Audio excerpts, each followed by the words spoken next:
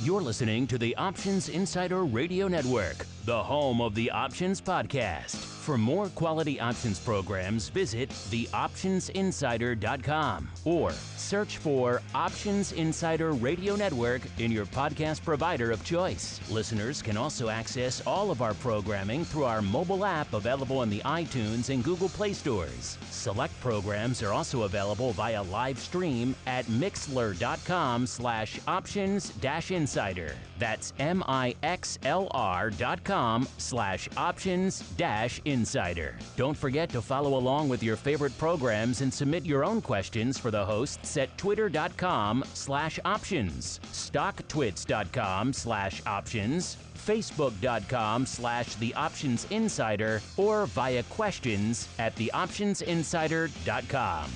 The Options Insider Radio Network is sponsored by Fidelity Investments. Fidelity's Option Trade Builder tool can help you confidently build an options trade in 3 simple steps. Just choose a strategy, select a contract, and then review the benefits and risks of the trade. Learn more about Option Trade Builder at fidelity.com/options. Options trading entails significant risk and is not appropriate for all investors. Certain complex option strategies carry additional risk. Before trading options, contact Fidelity Investments by calling 800-544-5115 to receive a copy of the characteristics and risks of standardized options. Fidelity Brokerage Services, LLC, member NYSE SIPC. Gold, crude oil, corn, soybeans, and more. With so many tradable products, the futures options market can be an intimidating place. How can you possibly keep track of the latest trading developments across so many different products? Don't worry, we've got you covered. Welcome to This Week in Futures Options, the program designed to help active futures options traders stay on top of this ever-changing marketplace. Each week, we'll break down the top trades, hot products, volatility explosions, and much more. Be sure to check out our live stream via the Mixlr app. That's MIXLR. Or join our live chat room at mixlr.com/options-insider. Whether you're an experienced veteran or a newcomer looking to separate the wheat from the lean hogs, This Week in Futures Options has the information you can't find anywhere else. This Week in Futures Options is brought to you by QuickStrike, options pricing and analysis software. QuickStrike offers powerful and flexible options analysis and pricing tools via an easy-to-use web-based interface. View prices on outright options or spreads with comprehensive page-level analysis controls. Build trades, manage risk, or explore historical volatility. QuickStrike has you covered, with market data reports ranging from open interest to the term structure of volatility. QuickStrike is the perfect addition to your trading toolkit. Learn more about QuickStrike at bantix.com. That's BANTIX.com. And don't forget to follow us on Twitter at QuickStrike1. That's QUIKSTRIKE1. This Week in Futures Options is also brought to you by CME Group, the world's leading and most diverse futures and options exchange. CME Group's markets help individuals and businesses around the world manage risks and seize opportunities. CME Group offers the deepest and most liquid options on futures across all asset classes, including interest rates, equity indexes, foreign exchange, energy, agriculture, and metals. For more information and educational resources about futures options at CME Group, visit cmegroup.com/options. This Week in Futures Options is also brought to you by FTSE Russell, a leading global provider of benchmarks, analytics, and data solutions. Investors in the U.S. and around the world are using FTSE Russell indexes to benchmark their investment performance and create investment funds, ETFs, structured products, and index-based derivatives. Many Options Insider Radio Network listeners will be familiar with the Russell 2000 Index. Russell 2000 futures and options are currently trading on the Chicago Board Options Exchange and CME Group. For more information, please visit ftserussell.com, cboe.com, and cmegroup.com. And now, get ready to break down the latest futures options trading activity. It's time for This Week in Futures Options. All right, everybody. That rockin' tune means it's time to rock out with TWIFO. This Week in Futures Options, a program where we break it all down. Maybe some gold, some crude, some equities, maybe ags, rates. You never know what's going to make it on the show every week. That's why you got to tune in. And hopefully join us live every Friday, Friday, that's the old number, Thursday, 1:30 p.m. So it used to be on Fridays. We moved it to Thursdays a while ago. You guys seem to like it here, so we're keeping it here. Thursday, 1:30 p.m. Central, 2:30 p.m. Eastern. Of course, however you listen, live after the fact. Hit us up. Questions, comments, insights, pearls of wisdom. Play along with our polls, all that good stuff. We do indeed enjoy hearing from you folks. And joining me on the program today, our friend Sean is still traveling through Asia, I believe, over there on the FTSE Russell side of the fence, but holding down the old quick strike hot seat today is none other than Mr. Nick Howard, the founder of said firm and creator of a little platform we like to use around here called Quick Strike. Mr. Nick, welcome back to TWIFO, sir. Yeah, it's been a couple weeks, 3 weeks, I think it's 1 week. Feels like forever. It's been a couple of weeks. Hopefully you remember how it works, you know, the back and forth, the talking, the fun. You remember all that stuff? You still remember it? I'm a little nervous, but I think I'll fit right in. I could tell the tension in your voice. It's cutting through the airwaves here. And then joining us, holding down the CME Group hot seat today, return of an old friend of the network, even though he hasn't been on in a while. It's the man formerly known as Russell Rhoads. He's still known as Russell Rhoads. Formerly known as Dr. Vix, Mr. Russell Rhoads. You probably knew him from a stint over there at the SIBO, where he was a regular on a Volatility Views program, now holding down the fort as the head of derivatives research over there at Tabb Group. Mr. Rhoads, look at you coming here on holding down the CME Group hot seat nonetheless. Dogs and cats living together, mass hysteria. These are good times nonetheless, sir. Welcome to TWIFO, sir. I mean, it's so weird, isn't it? And I'm speaking to you on a Thursday as well. I haven't been able to keep up with what day of the week it is all week, and I think it's because I knew I was going to be on with you on a Thursday instead of a Friday. Yeah, it just throws off it all feels wrong and yet so right at the same time. So that's kind of good. Mr. Rhoads, you've been a busy fellow since the last time you and I have chatted. The folks at Tabb, man, they got you right down to business. They weren't messing around over there. So you're going to come in. You're going to come in. You're going to research some derivatives. What was that? I said I got about a half a day off between jobs. Yeah, you had. I went from one thing to another, and I know we're going to talk about what the first thing that I did for Tabb, which was actually something talking about what they do with CME Group. Yes, we reason you are joining us today on the CME Group hot seat is because you just completed some research over there with Tabb for CME, titled appropriately enough for this program, "Options on Futures as a Strategic Investment." Now, Russell, I know you haven't been on the old TWIFO show before. What we do here is we go across the broad spectrum of different products, so maybe metals, maybe ags, equities, all of the above. So we're going to hit on the different categories here in a little bit. But why don't we start off, kind of give us an overview, a 10,000 foot of what the heck you're doing with this paper and some of the interesting findings. Then we'll dig a little deeper when we get into the actual product categories. How's that sound? That's totally fine. I went through. We divided things up into 6 different product categories, and basically looked at just some basic uses with options on futures. Went through a currency example where somebody's getting exposure to the Australian stock market, but they don't necessarily want exposure to the Australian dollar. That was one example. Took a look at copper production and how you can use options on copper futures to not just hedge your production, but actually set yourself up to go ahead and be in place for delivery if needed. So it was it was kind of a unique way to go about looking at not just hedging with options, but you're setting yourself up to do the absolute delivery as well. Talked about, I know that the FTSE Russell people were really happy to see that there was a section where we talked about, balancing out large cap versus small cap exposure based on, basically based on selling puts and selling calls and adjusting their exposure at the end of each quarter because they've got quarter end options over there. So just a lot of different examples like that. And if people are interested in checking out the report for themselves, sir, where should they go? What should they do? You can find it at the tabbforum.com. That's one place you can find it.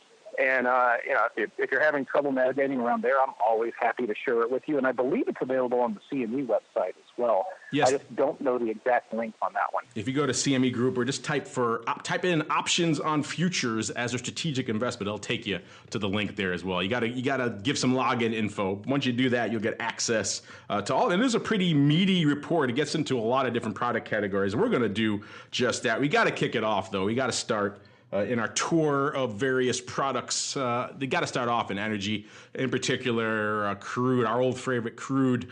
We're seeing just, of course, OPEC in everyone's crosshairs today. Everyone was waiting for today's OPEC announcement. And what are they going to go along with the cut? Are they not? We're hearing a lot of back and forth that maybe they're going to have some trouble with it. And then they decide, lo and behold, they're going to punt. They're not going to make their decision today. They're going to punt it till tomorrow. So all that's kind of leaning a little bit on crude again. People are kind of worried, hand-wringing that maybe they're not going to be able to come to their deal after all. Coming into showtime, we're seeing WTI right around 50.5, off about a half a handle for the week. By the way, of course, you guys can follow along. CMEgroup.com/TWIFO, TWIFO. That's where you generate all the reports that Nick and myself and even Mr. Rhoads are going to look at here throughout the show. But yes, OPEC, of course, having problems. A lot of reports coming out of the Journal that the OPEC was leaning for. They wanted a 1.3 million barrel a day cut, and now they're leaning on less, about $1 million 1 million barrels a day, I should say. Seems like maybe Russia and some others not exactly lining up. That amount, still the amount that they're planning to cut, is pretty much the output of places like the UAE. So it's a substantial cut that they're talking about doing. But still, it's been an interesting year. Of course, we've seen incredible growth in the output on the crude side, which of course has helped to weigh recently on crude, in addition to all the other things, trade war, everything else massing on the crude side here. So a lot of stuff to talk about here. Let's get to it really quickly before we toss to the report. What's lighting it up over there on the TWIFO side of the fence. If you're doing that, you'll see number one with a bullet this week, listeners. I said we're hovering right around that 50 handle. So no surprise that the 50 puts are where the action is. About 30,000 contracts hitting the tape this week, making it number one with a bullet here this week. Let's see, the lion's share of those prints actually coming yesterday. About 10,000 of them hitting yesterday. About 8,000 hitting the tape today. So a pretty active day today. Again, everyone waiting for OPEC when it didn't really happen. A lot of puts hitting the tape, no surprise there. About 7,000 on two. It's been as an active contract all week long. It's that even money strike. A lot of people like to flock to it,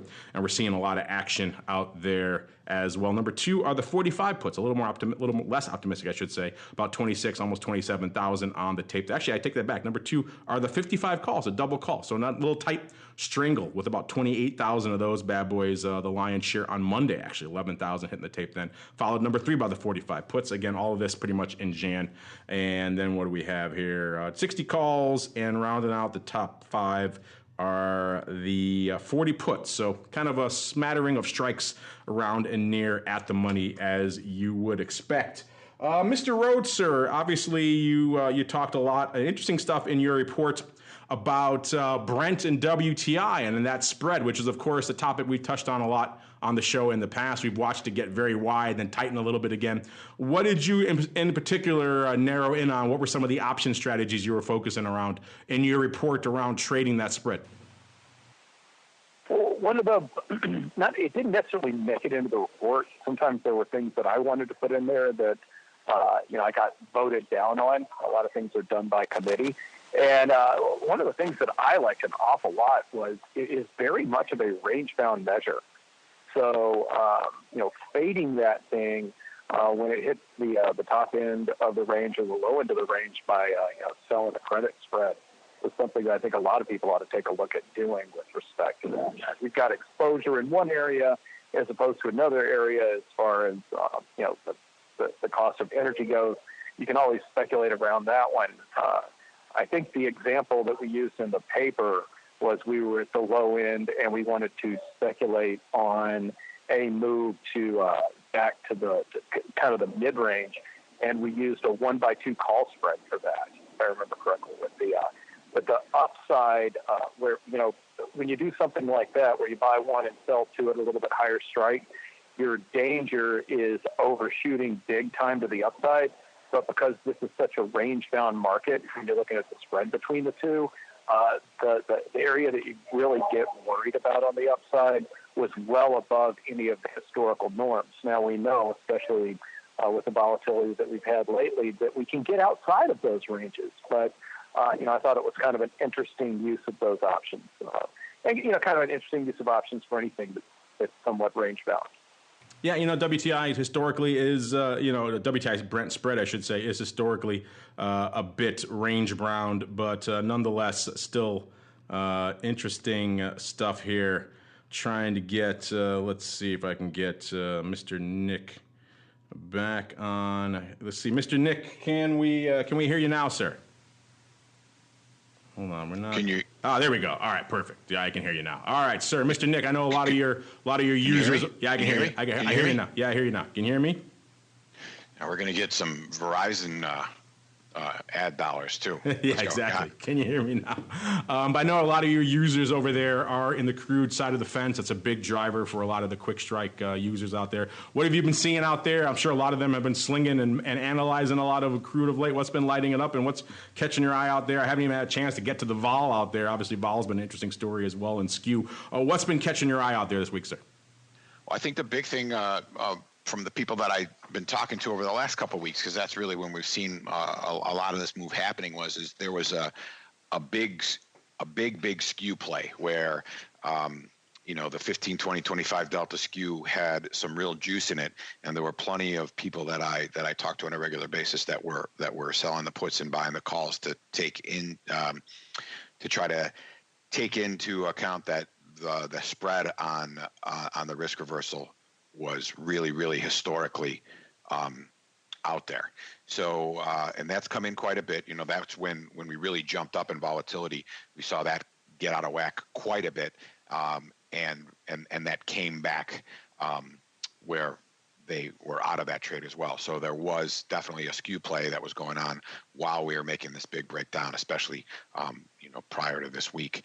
As far as what's going on in the vol right now.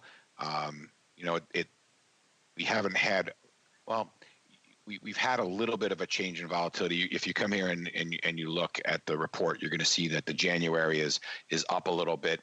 A lot of that can be attributed to we're down, we're pretty much steady where we were, but there was really sort of a little bit of a shift in the curve. So we're not seeing that big of a move from a volatility standpoint. So I'm going to go out to the 40-day option in the Feb and take a look and see what that curve looks like in comparison to last week. So we see that the volatility is down about 4.5 or and change.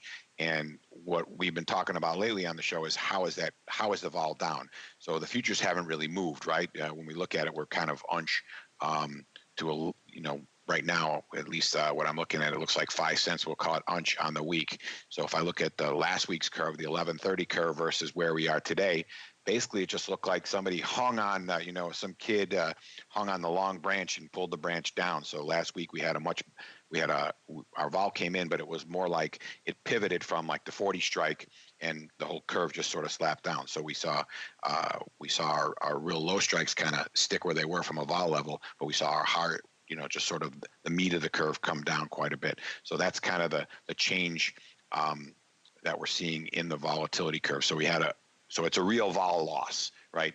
It wasn't a parallel shift down. It was more of a shift down from, let me see if I can get the delta look here. I don't have the delta look right away on this, but it was definitely a shift, but we didn't see a parallel shift. So we saw the upside calls get hit significantly worse than sort of the around the money stuff. So when we go out to like the 56 and higher, we saw a much bigger drop in volatility than we did below 56, and then you really taper off all the way down to the 40. You start to taper off to no change in volatility. So that's what we're seeing there from just over the course of the week. As far as the vol itself, again, I'm going to look at the February contract because, we start to get inside that 10 days. It's not real representative of things. But, over the course of the week, like I said, we're down about 4 percentage points, but we're still quite high in our volatility levels. Prior to our our significant downturn around what date was that? Around, started the week of the 12, 13, 14, 15, something like that. We were below 30, and then we jumped up on the 12th when the future started to tank a little bit. And, we got all the way up almost to 60% volatility in the February contract. And we're below 50, but we're still, almost 15 vol higher than we were a couple of weeks ago, or 3 weeks ago. So as much as, vols come off, and we see that in the report, we're still kind of high. And it just feels like if there is a little bit of a cut and we do rally back into this sort of double range, 53 to 55 range, I got to see that coming off a little bit more. So I think that's really what we're waiting for at this point, is to see what the consensus is. And, again, we've been talking about it, and I'm sure Jeff Wright brought it up last week, who's always a great guest to have on. The CME released a new OPEC watch tool, which we at Quick Strike wrote for them. And it's been pretty good in terms of right now. The bigger probability is little or no change, with about a 29% of a small production cut. So it's a wait and see. I mean, the fact that they pushed it back, they're probably trying to convince some people for a production cut. So maybe that probability of a cut's a little bit better. So if we get a little bit of a cut, I think we see a little bit more move higher in the futures, and then I think we see vol come off a little bit. But I think people are going to stay in the sidelines because they don't want to people got ripped pretty good on vol prior to that move. So I think people are going to a little bit gun shy, and if they're not playing a particular spread like the skew, they're going to stick around and see what happens. Is it fair to say that is crude the largest individual segment of your user base over there at Quick Strike, or is it equities? What is the biggest cadre of your customer? What are they trading the most? No, it would sound like it based on the fact that I like talking about that and gold the most. Yeah, you love that. I know you love that. I assume that was the biggest driver. No. I mean, the crux of the customer base, like if we use the old Pareto's rule of 80-20, 80% of my customers are probably short-term interest rates and treasury, both U.S. and foreign futures options.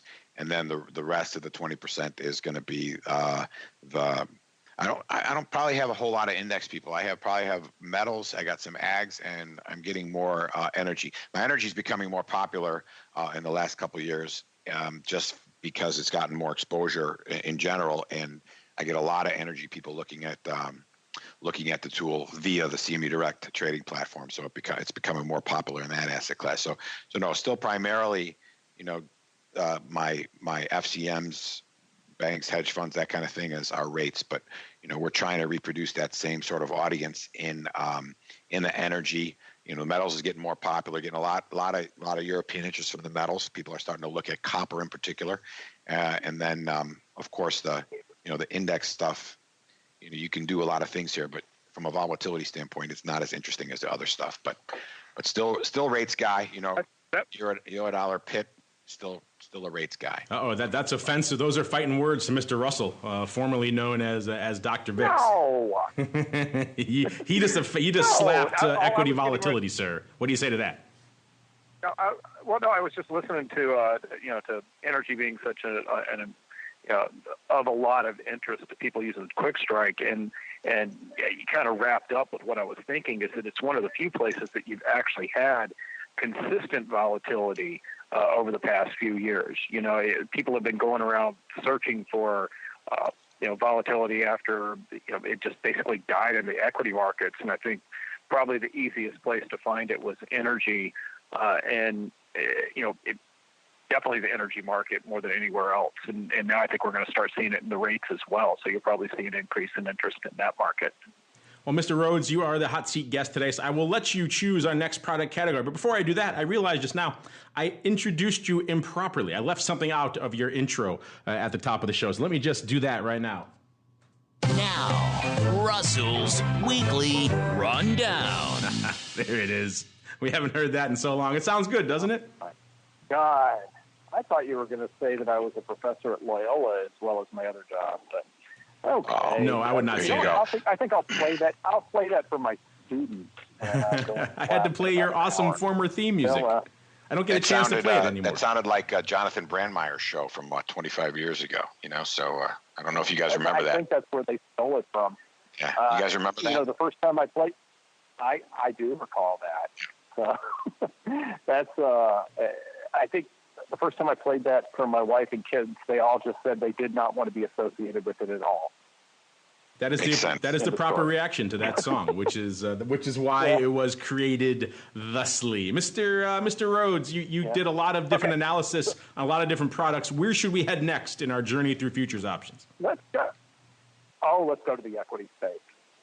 Just because Nick offended you so deeply, I was going to suggest that as well. He said no one cares about equity volatility. The stock market's getting absolutely obliterated right now. Yes. That's why. Yes, I know you did some interesting stuff. You talked about, I believe it was selling strangles in the Russell and in the E-mini as a way to kind of rebalance your portfolio. Is that correct?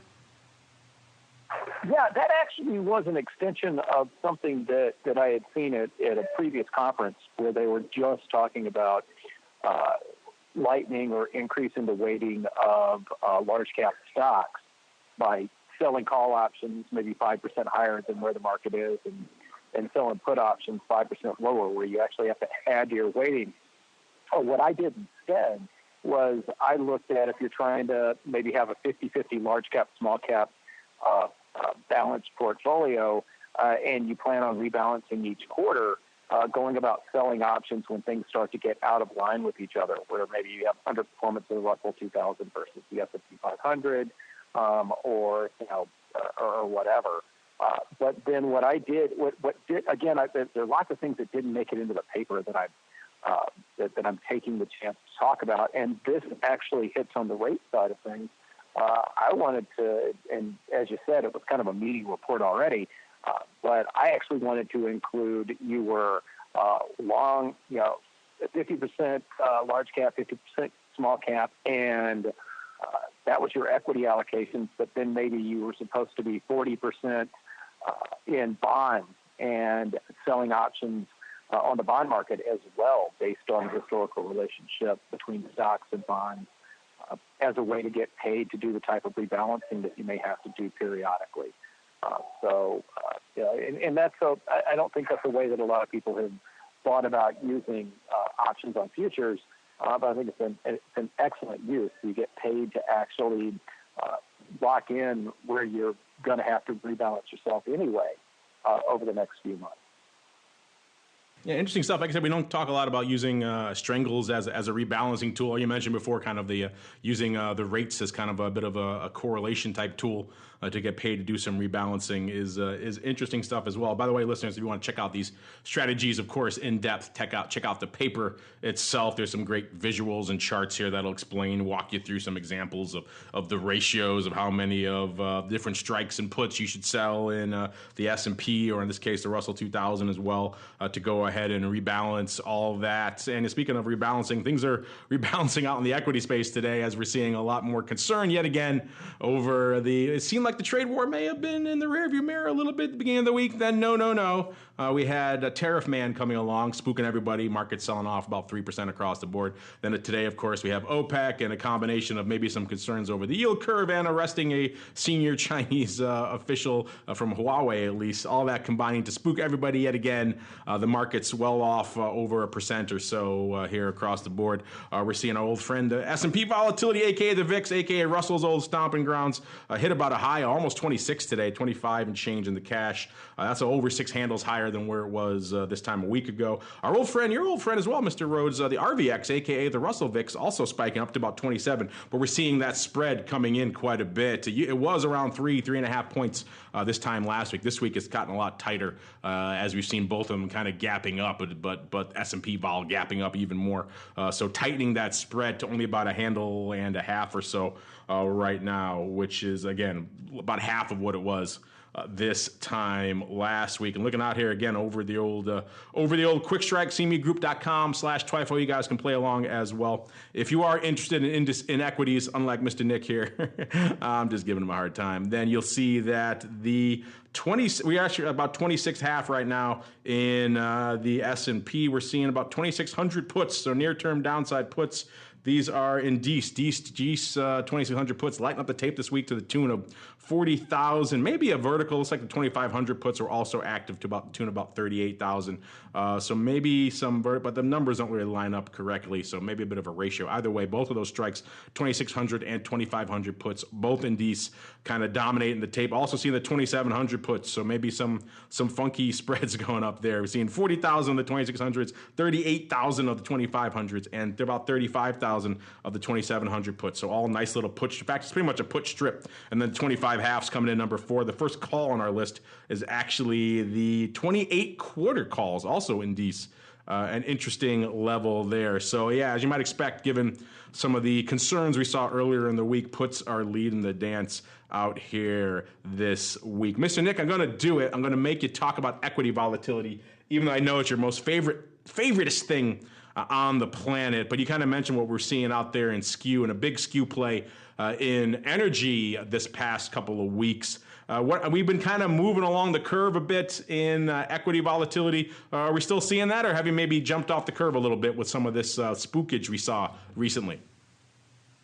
All right, let me load up everything here just so I can take a look at the weeklies and the months and stuff like that, and I give you an idea. Well, I mean, there obviously, we see the big move like we mentioned in the volatility here. But I'm going to just go out to the December. Is that EW? What am I on? That's the I want. Which one? I'll go to the 30-day, which is end of the month contract. Okay, so that volatility is up, but like we talk about, like you just mentioned, I'd say that we moved up the curve, but we also saw a shift in the curve as well. So right now, we moved obviously from, I think the settlement on the 30th was 27.63 and change, and now we're at 26.48, so we're down 100 and change. So this is what we always talk about. That shape of that curve doesn't change that much. Occasionally we'll see some teeter-tottering in it to get that risk reversal to tighten or widen, depending on what's going on in the market. I don't think we're going to see it totter towards the calls anytime soon, given the way things are. But we definitely saw a move up. So we saw a slide up the curve, and then we saw a parallel shift in the curve as well. So I think from a natural volatility move, we are bid. From a pure volatility only, no, we're moving along. We're doing that local volatility move along the vol curve. So I mean, that's really been telling for me, because I think we talked about that a lot, but I think only in the last few months have we really and I changed the TWIFO report. So if you click on that, the money volatility, you have access to that version of it. You're going to see, you'll see old curve, new curve. So you see where the curve is now versus where it was at the end of the week. So you really get a good idea of how the volatility is moving, right? So you get a slide along the future.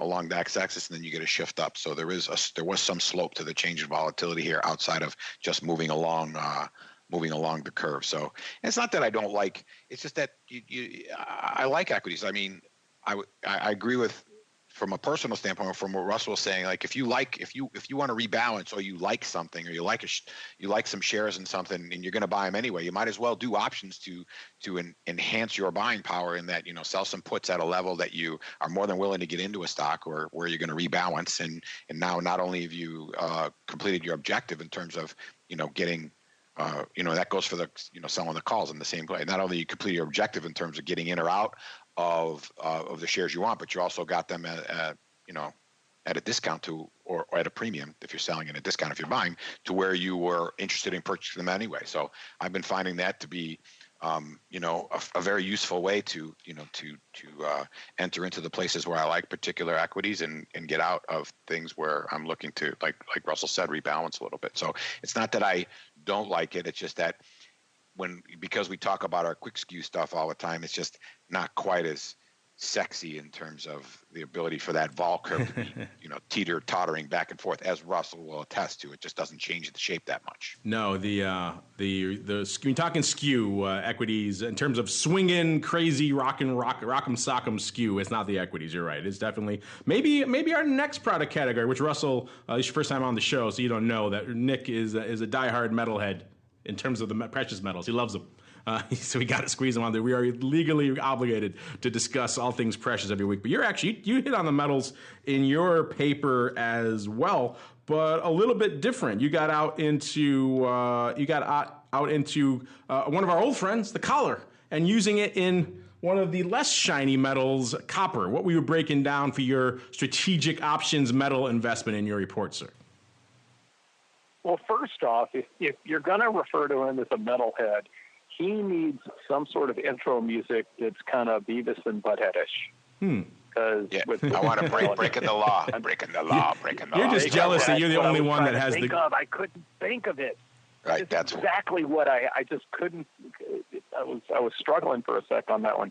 So, so the least exciting metal, copper, which really shouldn't be referred to it that way. It's one of the best economic indicators you have out there because it goes into everything. And what we did was we included an example where you've got a copper producer. They know how much copper they're gonna pump out. They basically buy a put and they sell a call. They hedge the downside on downside as far as what they're going to get for their production, but they give up some of the upside. I think we used a pricing example where we had seen a dip in the price of copper. So the skew on the downside was a little bit higher than the skew on the upside, making the puts a little bit more expensive. So I think there was actually a little bit of a cost to that trade, which is one of the fun things, to defend the lack of love for equity volatility. Equity volatility is kind of dull because it's really just pure derivative of what's going on in the equity market. When you start looking at something like the shape of the skew with something like copper, where you can get an idea of whether people are concerned about the downside or more concerned or more expectant about a move to the upside, depending on who's paying for what kind of options. I can see how you would find those types of volatilities more exciting. And they're definitely more informative. Yeah, I've said it many times here on the show that, if you really want, that's one of the fun things about futures options, that there's so many different asset classes you could choose from in categories, and they all exhibit different volatility relationships and skews. And one of the ones I always point to if you want kind of a high-flying, free-swinging type of skew, the metals are a great place to look. Even gold, one of the more active ones. That skew will kind of swing around a lot depending on what's going on. Are we bid up to the upside? Is it bid to the downside? Is it a smile? What's going on? Right now this week, as you might imagine, listeners, gold catching a bit of a bid, up about 20 handles net on the week, right around the close to the 12.5 level in there. As you imagine, everyone's getting spooked by the trade war. Is it on again? Is it off again? Seems like it's on again right now. It's spooking everybody. So people are flying into gold. One of the few greens on the screen this week alongside volatility. And so as a result, we're seeing a nice little pop here in gold, and also the vol up across the board. Again, the calls were kind of leading the dance in terms of richness up there. So as you're moving up that skew, you're getting a little bit juicier from a vol perspective. That's kind of the case across the board. People are just juicing up the gold vol a little bit, which we've said many times on the show here. Gold vol, anemic, short-lived, call it what you will. It's kind of all of the above. It remains to be seen if this latest gold vol pop has any legs to it. If it goes by any of the other recent ones, probably not. But you never know. If we continue to have a rally here, continue to have some boost to gold vol, maybe we will hit a new volatility paradigm. I've kind of given up on looking for that. But hey, you never know. Others could have longer time horizons than me out there. In terms of what was lighting it up out here, again, cmegroup.com/TWIFO, or head on over to quickstrike.net. Forget the CQUIK. STRIKE.net to log in, and you can see all this good stuff for yourself. It's the Jan 12 halves, which again lines up pretty much right about where we are right now at the money call, slightly out of the money calls here, leading the dance this week. Obviously, a little bit less going on in gold and active option, but still less than, let's say, an E-mini.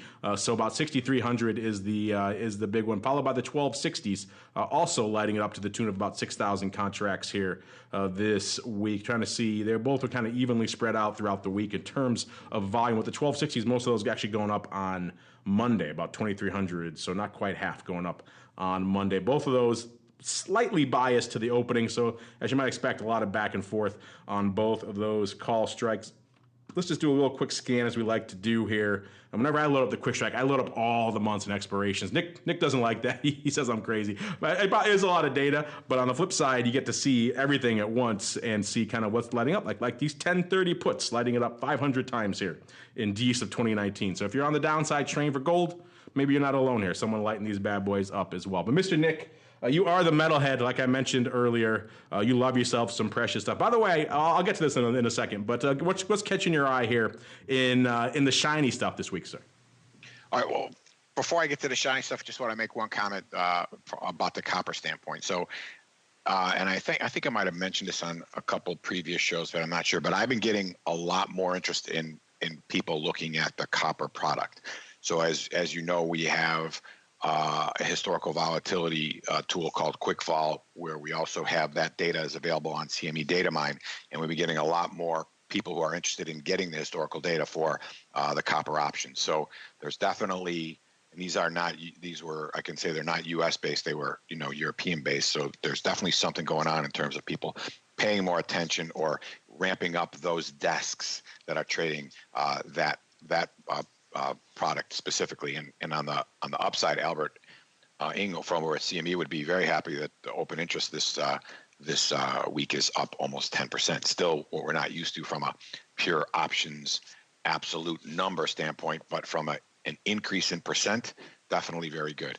And I have one other percent thing I want to talk about that's unrelated to anything. Go back to the stock market, but I want to go to gold first before I get on my soapbox a little bit about something, but not even a soapbox, just something that aggravates me every time I see it on Twitter. What else is new? Something that aggravates you on Twitter.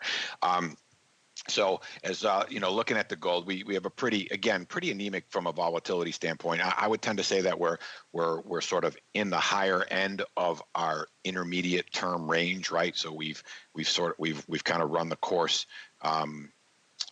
We've kind of run the course over. I'm going to go back and look at the rolling front month and take a look to make sure I'm not misrepresenting. So, since July, right, which is a fair amount of time, our high was around 1260, and we were down to 1176 and back up to around 1240. So we've been in sort of this bounded range. I'm going to call it 1200 to 1250. I'm going to take those extremes out of there.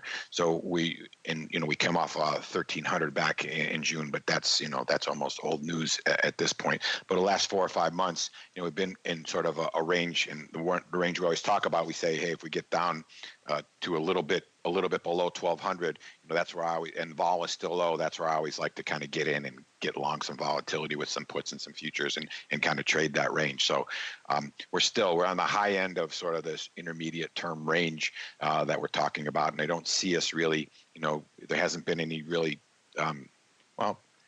middle of November, we were down at 1200 and we're already up to 1240. So that's really what I'm talking about. There's been a tradable range, which I think is fair to say between 1200 and 1250. It would be nice to get, I don't know if we're going to go see 1200 again, but I don't know how much we're going to push up above 1260 in the near term. If we didn't do that when we had some of these bigger moves, and again, I don't know anything other than what I look and see and watch in terms of what's trading, but that would just be my perspective based on what I'm seeing.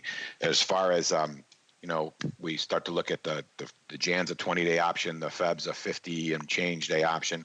We have a little bit of a bump in volatility this week, but really it's more of we had a move up of almost $20. So that's really, most of that is a slide up the vol curve. We have a little bit of a parallel shift in that curve. So really it's not as rich a vol increase as it would expect. So I would call that almost a flat vol. And I'll even say that to some extent it might even be vol adjusting for the decay on those expirations as well. So we see it's up, but I don't see much really happening there. And then as far as, as far as our skew goes, if we start to look, we see the puts are a little bit offered in comparison to where they were at the beginning of the week, and the calls are a little bit bid. But again, a lot of that, and we talk about 25 delta skew here for the most part, a lot of that is going to have to do with the fact that we kind of slid up the vol curve as well. So not a tremendous amount of stuff that's super interesting. Even if we look at some of these most active volumes across the board here, we're not seeing too much trade higher than the 1500 strike. So I think we're kind of range bound here for a while. I mean, and again, what do we do? We always do our Citibank ranges, right? Which are basically 60% 1 to of the current price. 165. That's my Citibank range for this week. So we usually do that. So I'll do better than a Citibank range. I'll say, I would think that I'd be surprised if we get up above 1260, and I would say 1200 to 1240, 1250. And that's as far as I'm concerned, in a low vol environment, that's a very tradable range if you're paying attention and looking for good spots to pick your entry. I was doing my City WTI range. Yeah, my crude range is is 1,000 on the down. My City crude range is 1,000 on the downside, and let's say 1,500 on the upside. That's pretty tight, I think, for a City estimate. They don't want to get too much tighter than that, unless they go out on a limb. Can't get in much trouble with that one. Yeah, exactly. You guys are hitting on copper and all the industrial metals. I want to touch on really quickly. This one was actually highlighted by one of our crack researchers here, Mr. Frank found this one coming into Showtime, which is we don't talk a lot of palladium here on the show, but we do. It kind of does come up. People think of it as a precious metal, but it actually is primarily industrial. About 85% of the demand for it comes from the automotive industry, which is kind of under threat now because of the looming onset of electric cars. Conversation for another day. But why is palladium on the show? Because it just recently, and I say recently because it's kind of gone away already, but it just recently actually exceeded the price of gold ever so briefly. The last time that happened was in late 2002. So it's an interesting indicator for that perspective. It's happened then, happened again in 1998 as well. Both times it kind of vacillated around that level for a few months. Then they kind of moved away from each other. Right now it seems like that excessive level of palladium was kind of short-lived. Palladium right around 1140, about 100 handles below where gold is. So the gold spike and I guess a bit of a palladium sell-off combined for a 1-2 punch to make that crossing intersection of the two ever so brief. But people are always asking us for obscure products. We never get a chance to talk palladium. I did, by the way, pull up palladium options on CME just for curiosity's sake. And they traded, let's say, about close to 100 contracts this week. So not a huge mover and shaker, but an interesting one nonetheless. For all of you out there palladium heads, there you go. Getting some love on the show this week. Mr. Rhoads, you are the keeper of the hot seat. Hopefully it's not too uncomfortable over there for you. Tried to make it smooth and a little bit less sharp on the edges. But you covered a lot of different product categories in your white paper. We got time for maybe one or two more. So lead us, sir. Where do you want to go next? How can you do anything better than palladium? Palladium is pretty sexy, I do have to admit. What's left? Ags or currency? You're in the hot seat, sir. Where do you want to go? I'm in the hot seat. Well, yeah. Which one between the two? Which one's been more interesting? Well, since you were eating Chipotle, let's go with the ags because we got rice. Okay, yeah. And beans. Got some salmonella, all that good stuff. Yes. So, got all that stuff. But okay, we'll go with that. So we're going. Unless you want to go, we don't talk about FX too much on here. If you have something there, I'm sure people would like to hear about that. I mean, maybe with the Brexit stuff. The volatility is single digit on those markets. Let's stick with ags. All right, yeah, ags have been kind of ground zero for the trade war, right? So we've been talking about soybeans a lot. We had a deep dive with the Acuna folks a couple of weeks ago into all things ags. What were you writing about? What was your strategic options use in the ag section, sir? Well, what we actually did from that was one of the more interesting write-ups we did in the overall report, where we actually there's a really nice seasonality to the volatility of the options around growing season, and there are ways to play that sort of thing using different types of diagonal spreads or calendar spreads, which was pretty fascinating to me. I used to trade the outright futures based on the growing seasons and different seasonals. I had tried to come up with seasonals in VIX and never really came up with anything that was workable there's two different levels of workable for me. Workable where I'm going to trade it and not share it with anybody, or kind of workable where I could share it with people. And I came up with neither in that area, but I think there's an awful lot to do within the ag space. Again, I think people that have been paying attention to it from just the future side for a long time know that there are some seasonals that you can trade, but you can take it a big step further with respect to the option volatility that go up and down based on where we are in the inflection points around growing season. So diagonals, a little bit of an options, maybe 102 or perhaps even 103. That's where people try to get a little spooked when you get into like the funky time spreads.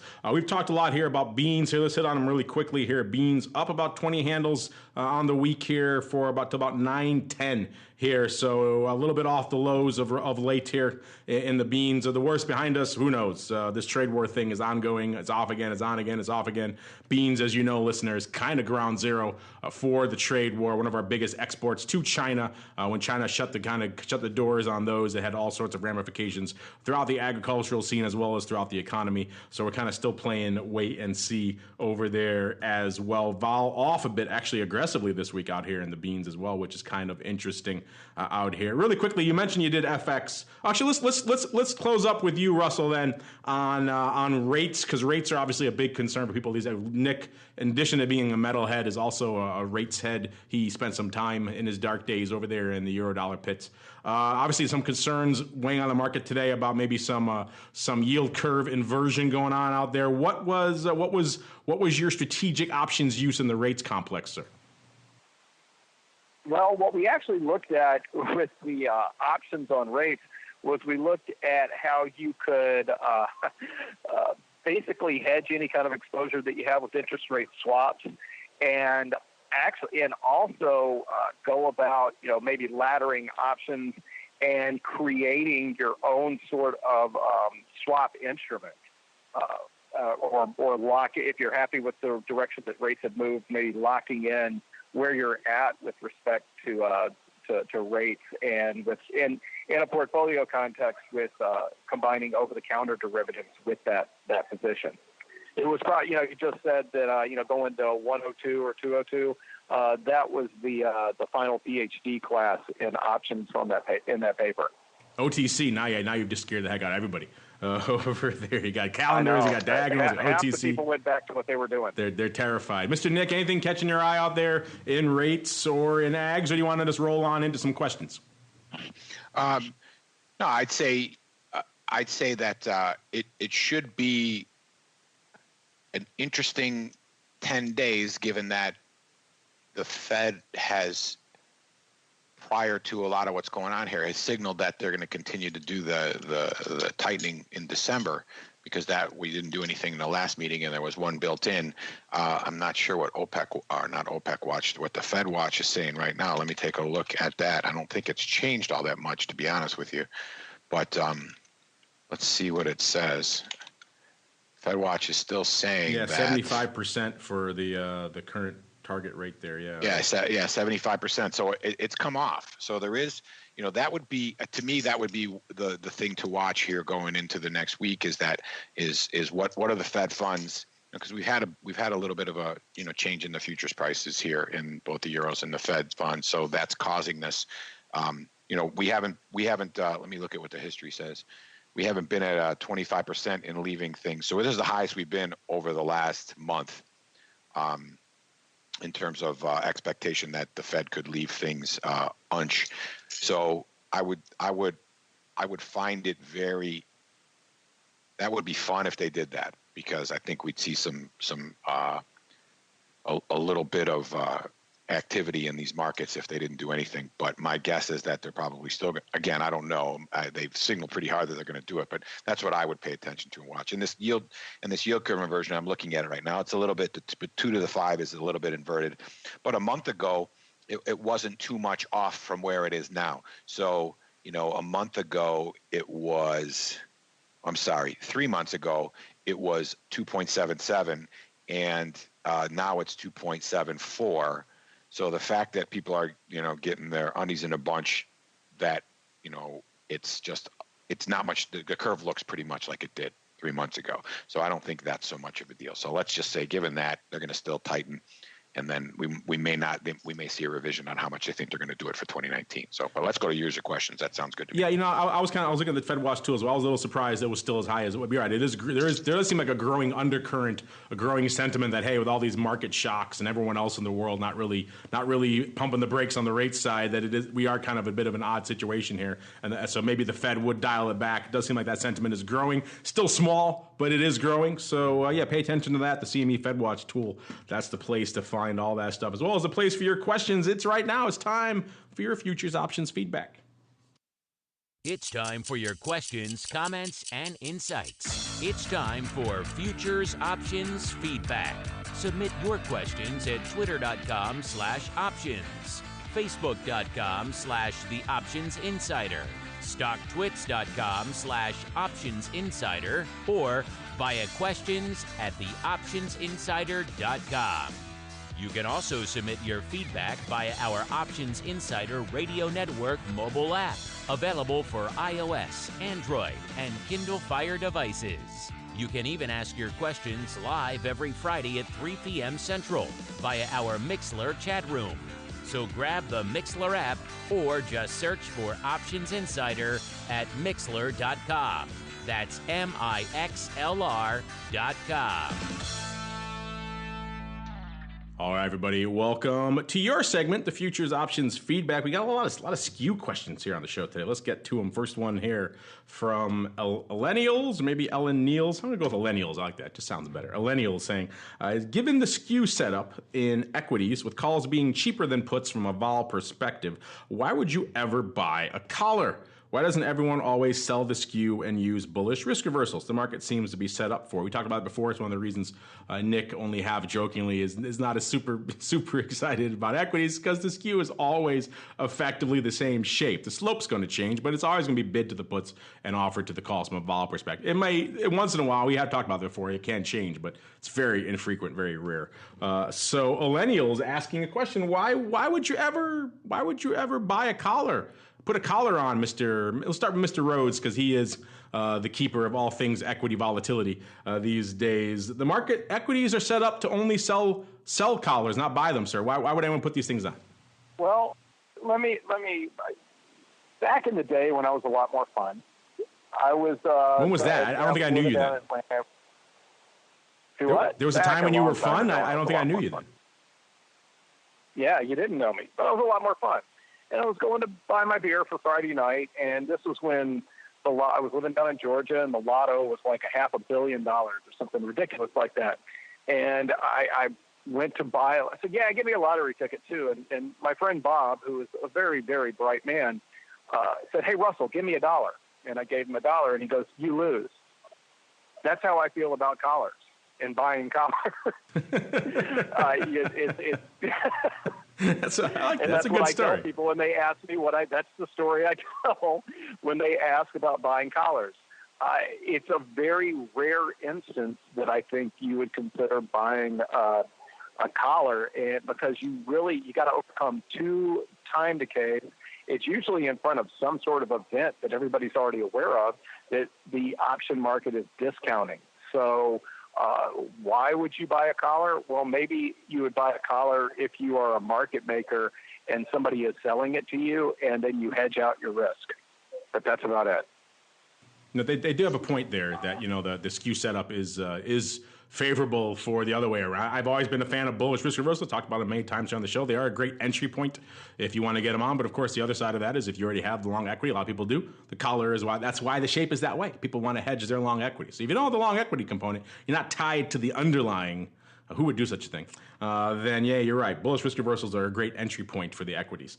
We got another. I want to get Nick on too, but you also have a similar question, so I'll give him a chance to weigh in on too. I think he has his own question. He's got all kinds of questions going on. This next one is from Watchdog3, something like that, saying, are there particular names or complexes that you feel are particularly well suited to certain skew trades like bullish risk reversals? Go figure. Somewhere where puts are always bid and calls are always offered. Well, Mr. Nick, we have 2 related questions here.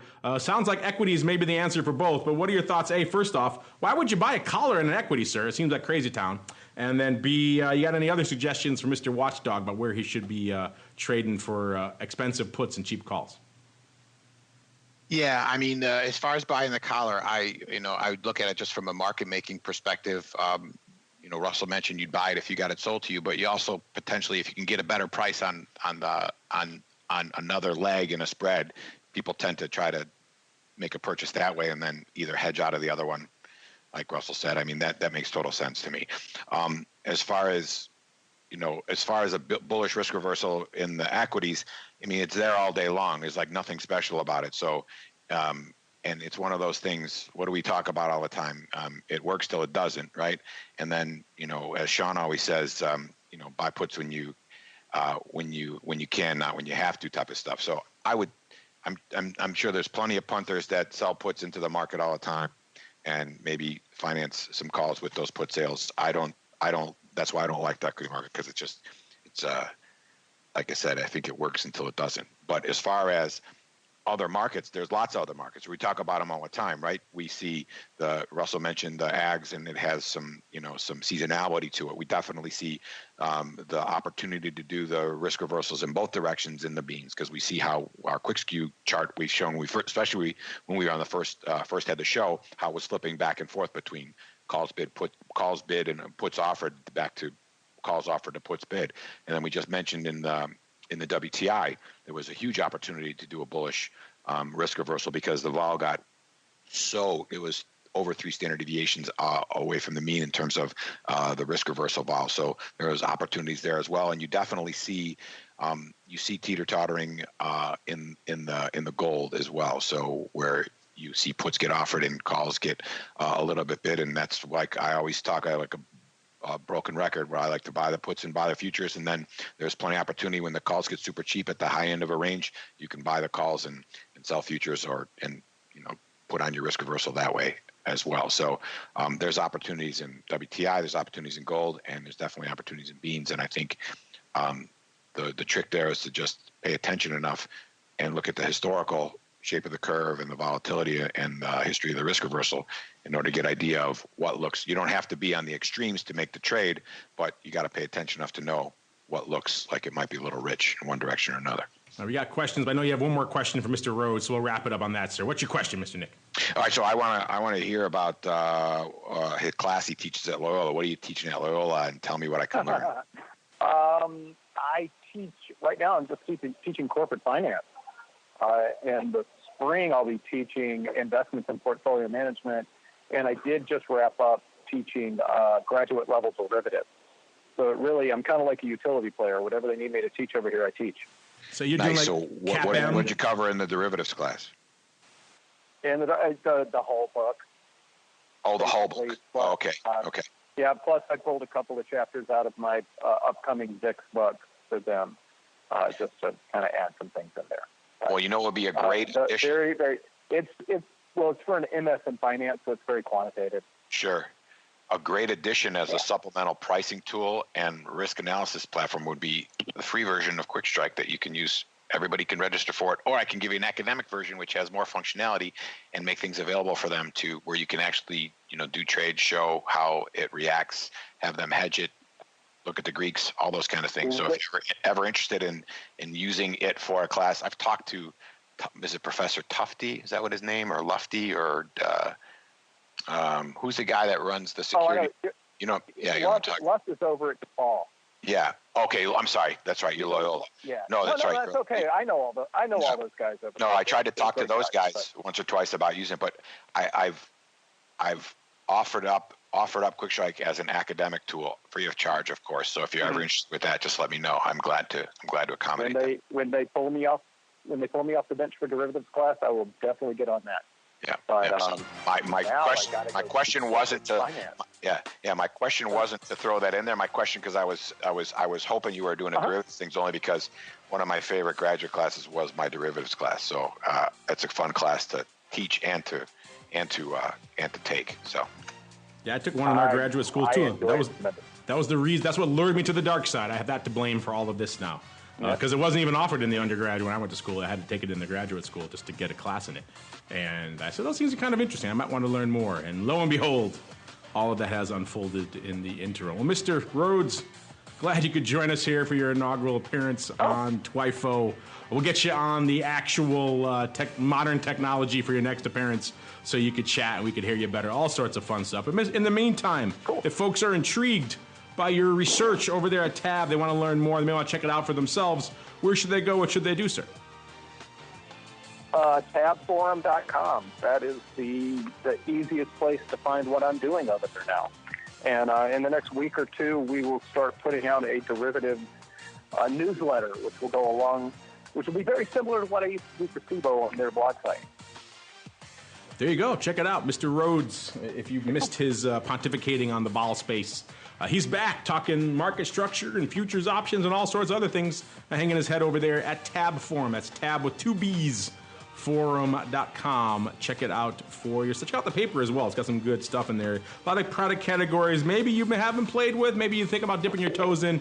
He gives you some interesting entry points, at least some food for thought as you're looking at those different categories. Mr. Nick, we kind of just did an interesting run through of all the different products and things. People can get academic versions of Quick Strike, all this cool stuff. If they want to learn more, they want to see the bells and whistles, all the cool stuff you think you guys are doing, where should they go? What should they do, Mr. Nick? Well, you can always find out about us at Bantix.com. You can go to cmegroup.com/quickstrike to see all the free tools we offer there, as well as the Quick Strike Essentials tool. And now we have very timely tools in the OPEC Watch, which you can take a look at for the remainder of today. It's going to come off. It'll go inactive now to the next meeting at the end of today. There's the Fed Watch, which is going to come into play next week. We also have a BOE, or Bank of England Watch as well, which is tied to the new MPC contract over at the CME Group, which matches their meetings precisely. So you'll be able to go over there and watch and see how that is tracking, to see what they're doing over on the other side of the pond.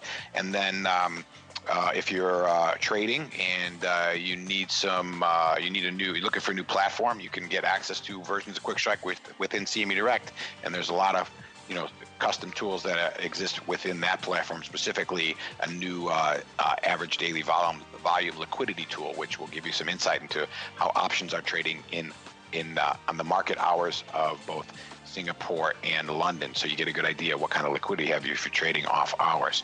So a lot of good stuff there, and of course, we're always releasing new things.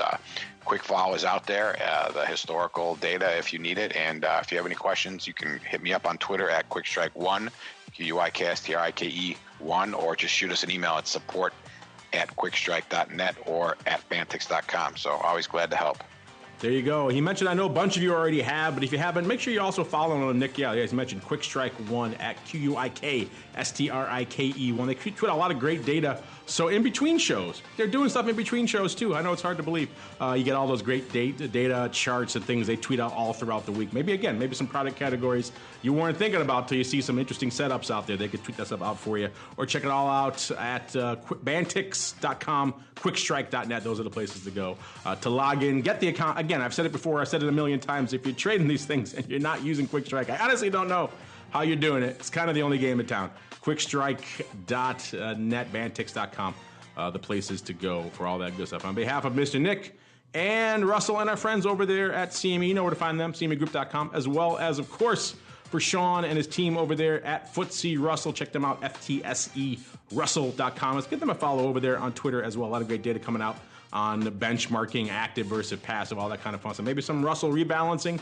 as Mr. Rhoads was doing here. All sorts of fun stuff. Check it out, FTSE Russell, to learn more. On behalf of all of them, and indeed myself, I want to thank you all for downloading, streaming, subscribing, sending in questions, listening live, all the fun stuff you guys do. Keep it coming, and we'll see you back here next week for more of This Week in Futures Options.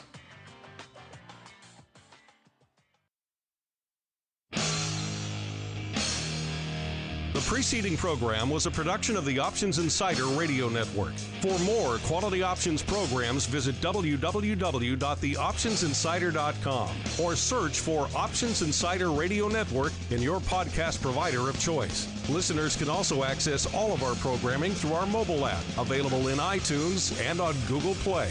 Don't forget to follow along with your favorite programs and submit your own questions for the hosts at twitter.com/options, facebook.com/theoptionsinsider, or via questions@theoptionsinsider.com.